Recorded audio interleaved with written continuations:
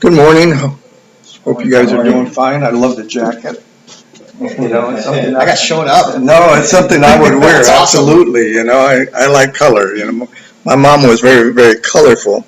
I'm with Hiller, and what we do is fire protection equipment, period. And the branch that Larry and I, that's with our office in Wilmington, North Carolina, concentrates on lithium-ion battery installations for utility companies, large ones. And I've been with them for a little bit, almost 2 years. And I'm Bobby Ruiz. I come from the fire side. So I've spent 46 years in the fire side, which is aging me. And you can do the math. I tell people that I was a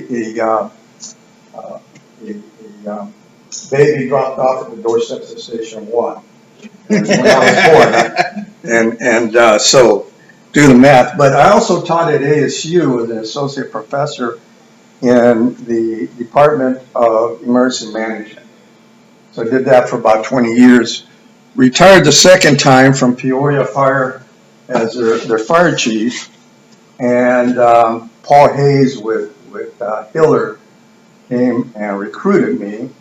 And I told him I didn't want to work. And he didn't take no for an answer. You know Paul very well. And so he needed someone to translate firemanese to the engineers and the public at large. So here I am.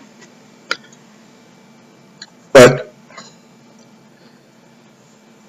I have two direct experiences with energy storage systems. One was McMicken in Surprise, Arizona, April 19th of 2019. And Surprise has a hazmat team, except they were on a medical call because most of the departments in Arizona are all hazard departments. So the next closest one was Peoria, Arizona. So it was my hazmat team that responded to it and dealt with it. I had another one that the day that I was hired was Chandler, Arizona had a 7,000 square foot warehouse full of batteries that also went up and up. And I'll talk a little bit about some political realities also that we don't put into the formula. But McMicken was one oversized Connex box about 50 feet by somewhere around 15 feet or so. It had 2 megawatt system, and it was a wake-up call not only for America, but I think the world.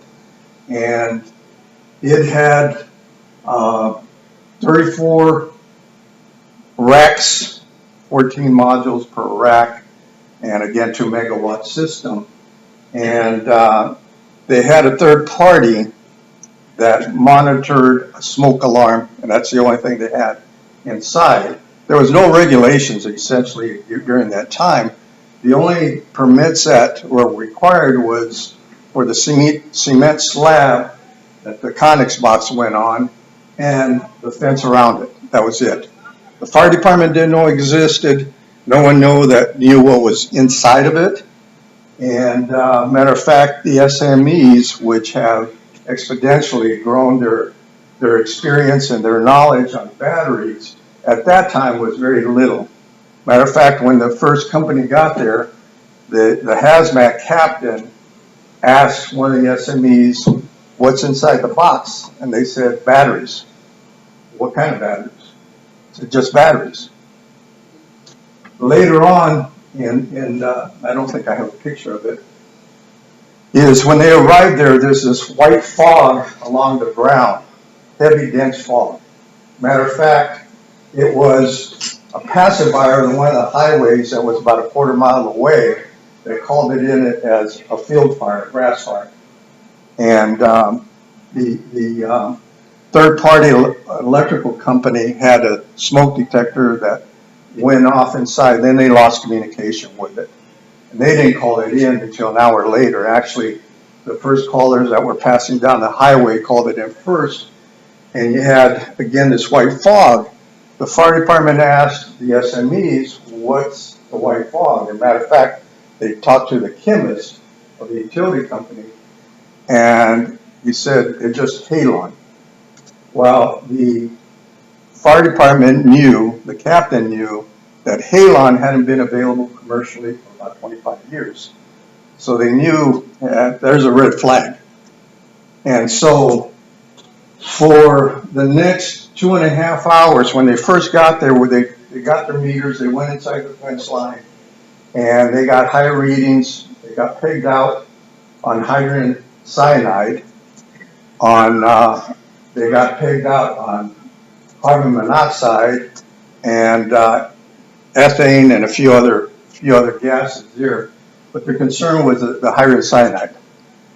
So for the next 2.5 hours, they very methodically go in and out, taking readings until they didn't get any readings anymore. And so at one point towards the end, they decide, okay, we're going to turn over this structure to the utility company, is we need to make sure that there's no toxic gases, like the hydrogen cyanide, inside the container, because as soon as we leave, the utility company is going to go in and try to see what the problem is and replace whatever needs to be replaced. And so they opened the door. 2 minutes and 20 seconds later, when they opened the door, they found, which was very odd to them, was a dense cloud inside from the ground about 5 foot up, very dense. And it started to roll out on them a little bit. So the captain sticks a meter in there, and it's curiosity that got him, because the plan was they're going to open the door, get out, because there's a chance of explosion. And so they see this white fog, and they stick the meter right in the white fog. They get nothing of the meters. They clear the meter, they start doing this, they get nothing. And so 2 minutes and 20 seconds later, it explodes. And so what you're seeing here, and I apologize for not having a pointer, but what you see here is where the captain ended up from the door, and that's a steel door there, and steel encasement. And also the back door, the end cap, got blown out of there. It wasn't open or anything, but got blown out of there. The other firefighter was about 30 feet away from the fence line, suspected that they got blown under the fence that far away. The other firefighter had a hose line that was by inside the fence line. The captain told him when they went in the fence line that that wasn't for the batteries, that was for them in case something happened. So he was a young firefighter, been on the job for about a year. He gets blown back against the fence, goes unconscious momentarily, wakes up, sees this brush on fire here, and he squirts it, not realizing the captain's there. So at that point, they call him Mayday as soon as it happened. Transported him to a trauma center and burn center, 2 of them. They sustained extensive injuries. They weren't expected to live. Luckily, they did. But there was a lot of lessons learned from it, which I'll go over.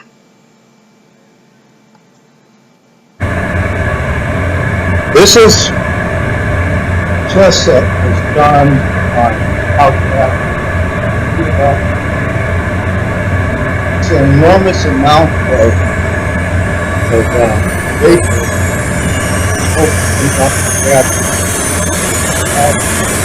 Firefighters asked how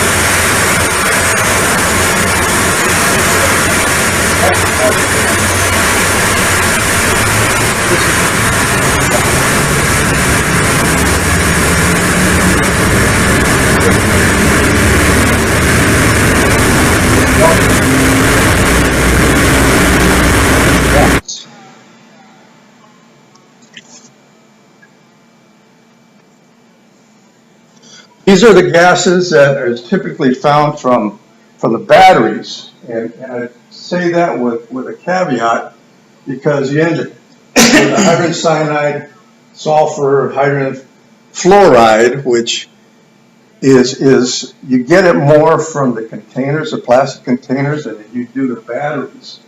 And when I'm teaching firefighters, I tell them, you know, this is what you see in a house fire.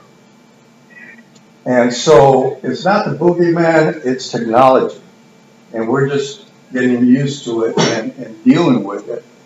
But like any other technology, propane or anything else, there is a dangerous factor there, even though we feel comfortable with some of the other technologies, is you still got a lot of the gases.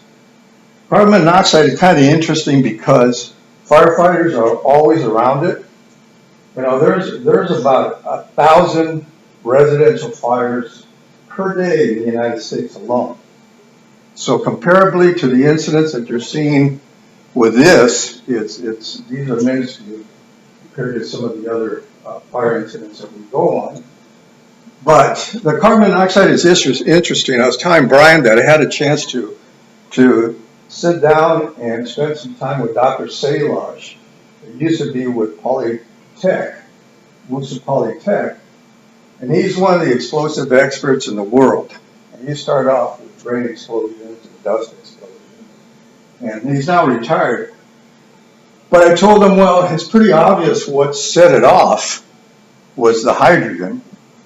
And he said, don't be so quick to think that it may have been hydrogen. He told me it may have been the carbon monoxide.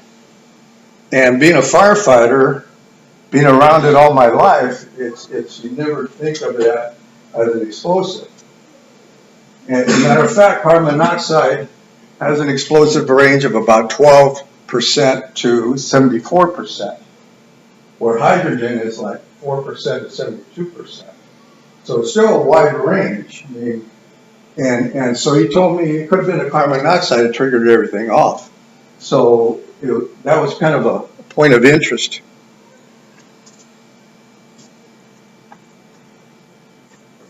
Sure. What were those percentages of hydrogen? Yeah, or explosive range? It's about 4% to 72%. So in the atmosphere, there's 4 to 72%. That's when it's. That's where it's volatile to an explosion. For air. And so a lot of the lessons learned were that you can go in and there may still be trapped gases somewhere. And give me the 5 sign. So there's a lot of lessons learned that you know, the explosion factor is the biggest factor that we're concerned with. The second is the gases and where they go if you have a neighborhood nearby. And so a lot of the lessons learned out of McMicken turned into what we see in 855 today, an NFPA. So day after we started doing education, we started working with NFPA, my bosses, on one of the main committees, and started working, how do we eliminate it? Well, one of the things that we do in Wilmington is a hazardous mitigation analysis. And that's a small book. It has a fire analysis in there. It has a emergency response plan within it, which is what the fire department needs, because it has all the information of what's in there, all the contacts that they need to call and wait for an SME. It has to have a 9540 listing under UL or some other ones, equipment that shows that the equipment, the batteries and everything else has been certified to do what it's supposed to and not have a major factor. 9548 is a burn test at the cell level module and full test of burning a container. And one of the things that if it fails is because it propagated to another container. So one of the requirements is to keep it within that one cube container, whatever you want to call it, without propagating.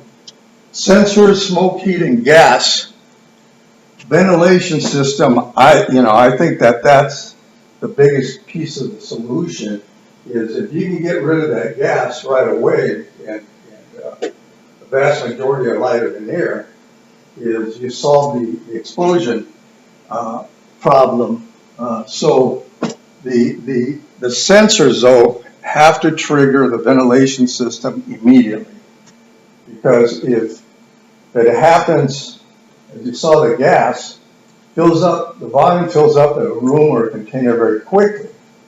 And it very quickly goes above the explosion limit, which means that just a matter of time, what goes up comes down into the range, or the exposure range, it's going to explode.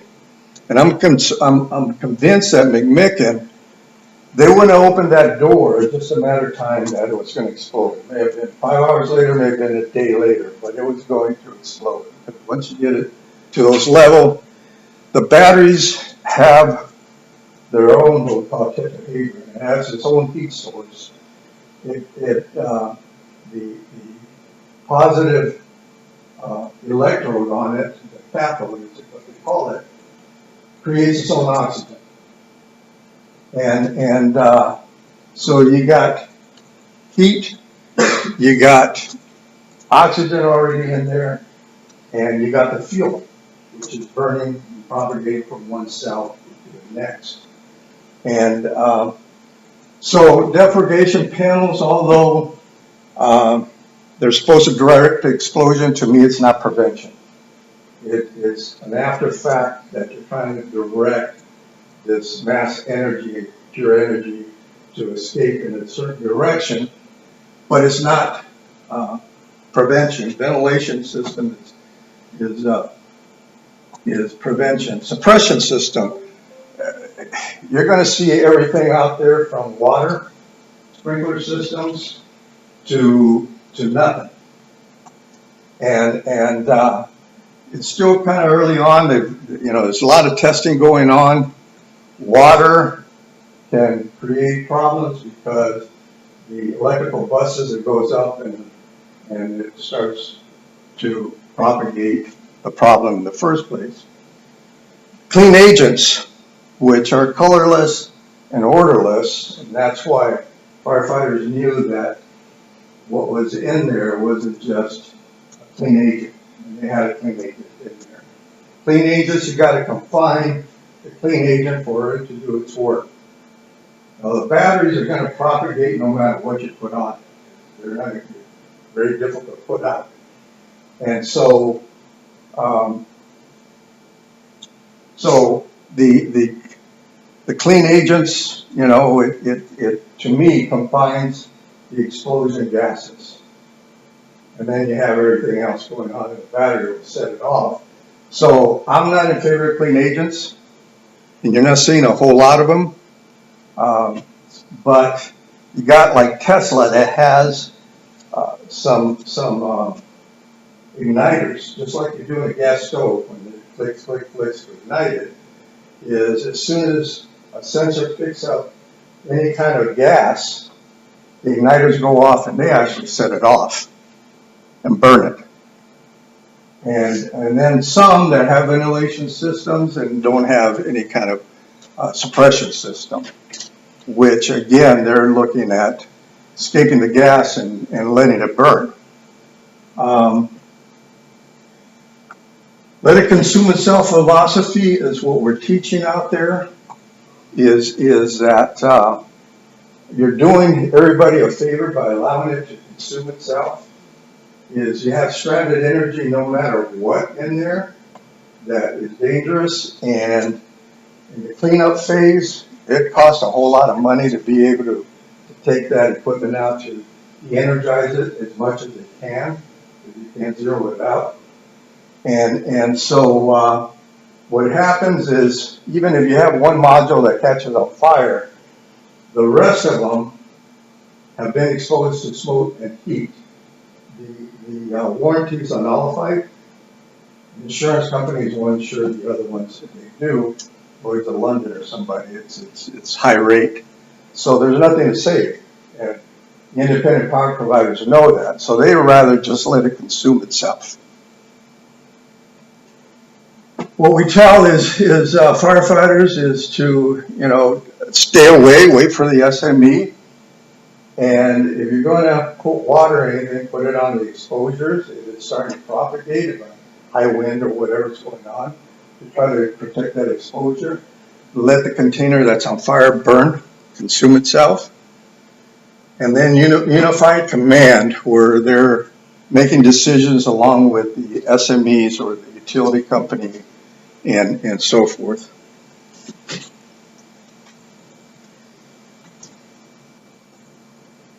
Questions? I thought I got rid of these, but this is interesting because this was in Chandler, Arizona. That was the day I got hired.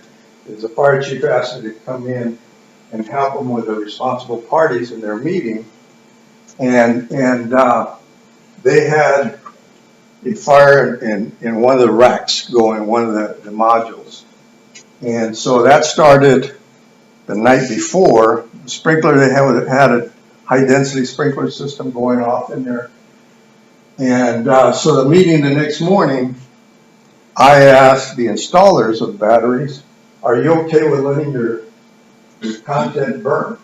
The batteries burn. They said, yeah, no problem. Let them burn. I turn around and the owners of the building, the structure, and I asked them, are you okay with letting your structure burn? And I said, just a minute. I called somebody else, I got a VP, and the VP said, well, a little hesitant, but I don't want anybody to hurt. Yes, let it burn. So I looked at the fire chief, and he said, that's our plan. We're just going to let it burn. We'll be out of there in about 4 hours once it consumes itself. Now, I had 260 racks in there, 14 modules per rack. And there was an eyewitness, a guy in there, electrician, that saw towards the middle of the building that it started to burn. And got out. Well, by 3 o'clock that afternoon, it hit the media, and people 5 miles away started coughing, saying their asthma got triggered, their father had a heart attack because of what was coming out of that building. I was there 12 days and never saw anything come out except from this roller door here on top, this infamous white smoke that came out about 10 feet out and dissipated. Nothing more. Never saw anything more come out of it. But by 3 o'clock that afternoon, the city management, the politicians, and the lawyers for the city said, keep doing something, keep running the water. So for 12 days, water ran. Anybody want to take a guess how much water was consumed? A couple million gallons. How much? A couple million gallons at least. About 1 million gallons. Anybody else? 5 million gallons of water. Arizona. In Arizona. Yep. In the desert. And so they had a big water basin on the other side of this that held 350,000 gallons. And by day 2, it was about full. So they started to draft it into tankers and taking it away. And EPA said they could dump it into the reclamation center, but not the storm drain, so they did that. So 5 million gallons of water, this is what you see. From front to back. Nothing. You do nothing. How does all this translate to the burning, the exploding car? The exploding car? Like the Tesla exploded. I'm not familiar with an explosion of a Tesla. Are you, Brian? Brian could talk about it afterwards. Yeah, we might be able to talk about that afterwards. Okay, that's okay.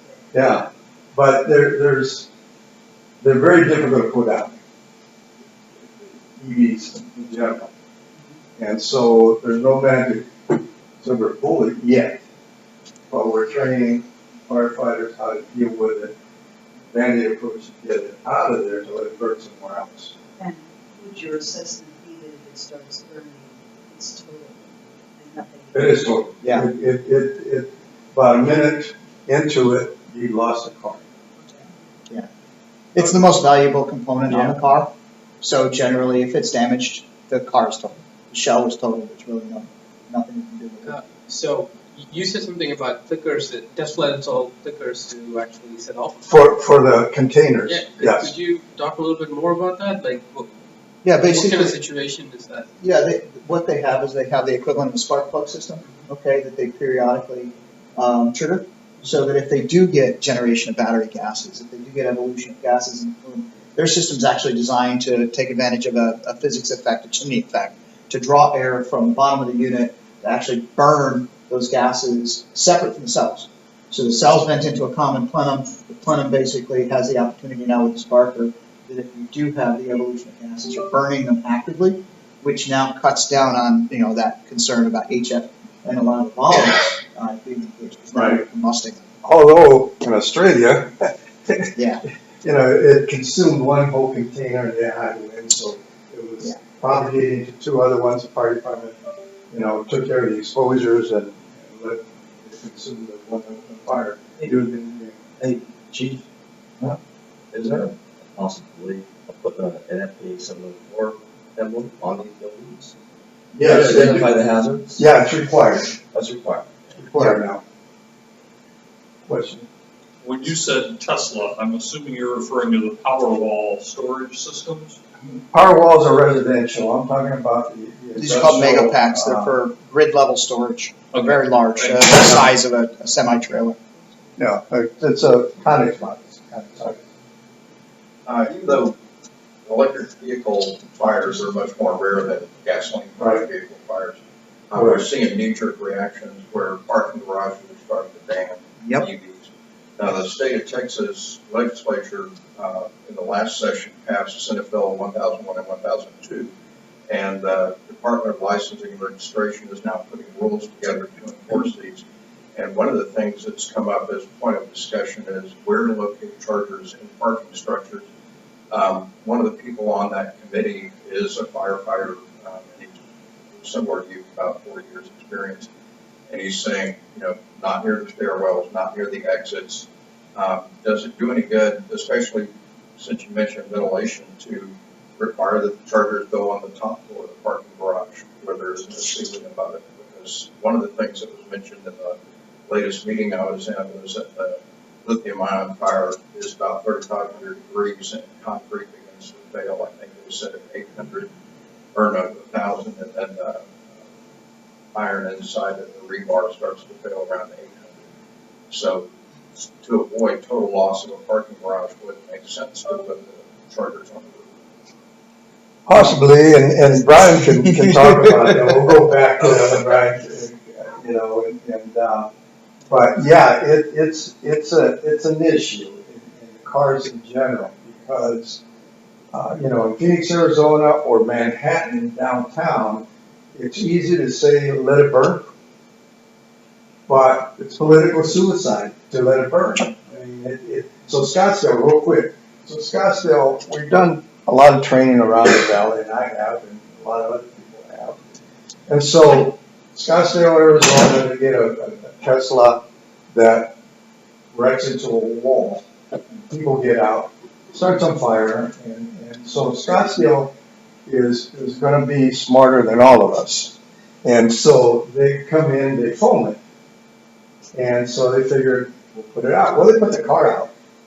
So they get a flatbed tow truck, puts it on. The tow truck goes 2 blocks down and it reignites. They drop it right in the busiest intersection of Scottsdale, Arizona, with shops and tourists and everything else. So now it becomes a second alarm hazmat that even Glendale, Phoenix and Glendale, 50 miles away, comes and helps out. And so they take an approach that was unique, and then now they're kind of have it in their back pocket. But they brought in a dumpster that is about 3 feet tall, and some sand, which means that you're dealing with another department, and it's going to take a long time, and it did. But what they did was they put it back on the tow truck, and the tow truck then lowered it into the dumpster, the half dumpster, and they filled it up with sand just above the battery line, wet. So it worked enough to get it to another site, which was one of the academies for Scottsdale, to let it burn, to let it continue burning out. Wrecking yards wouldn't take it because they got to make room so it doesn't catch something else on fire, because room is money. And so Phoenix has bought their own dumpster and everything else. And so they got it down to a little under an hour to do the evolution. This one took about 7. And so it's we're not there yet as to figure out what to do with them. Again, it's not, I'm more afraid of what comes off of the inside of the car and inside of a resident, because you're getting some benzene and arsenic and other gases in those, and firefighters don't worry about it. But new technology, when I came on the job, it was LPG or propane, and they had an incident in Kingman that was a rail car, and it killed, I think, 2 or 3 firefighters when it exploded. Thank you. And so it's technology, not the boogeyman.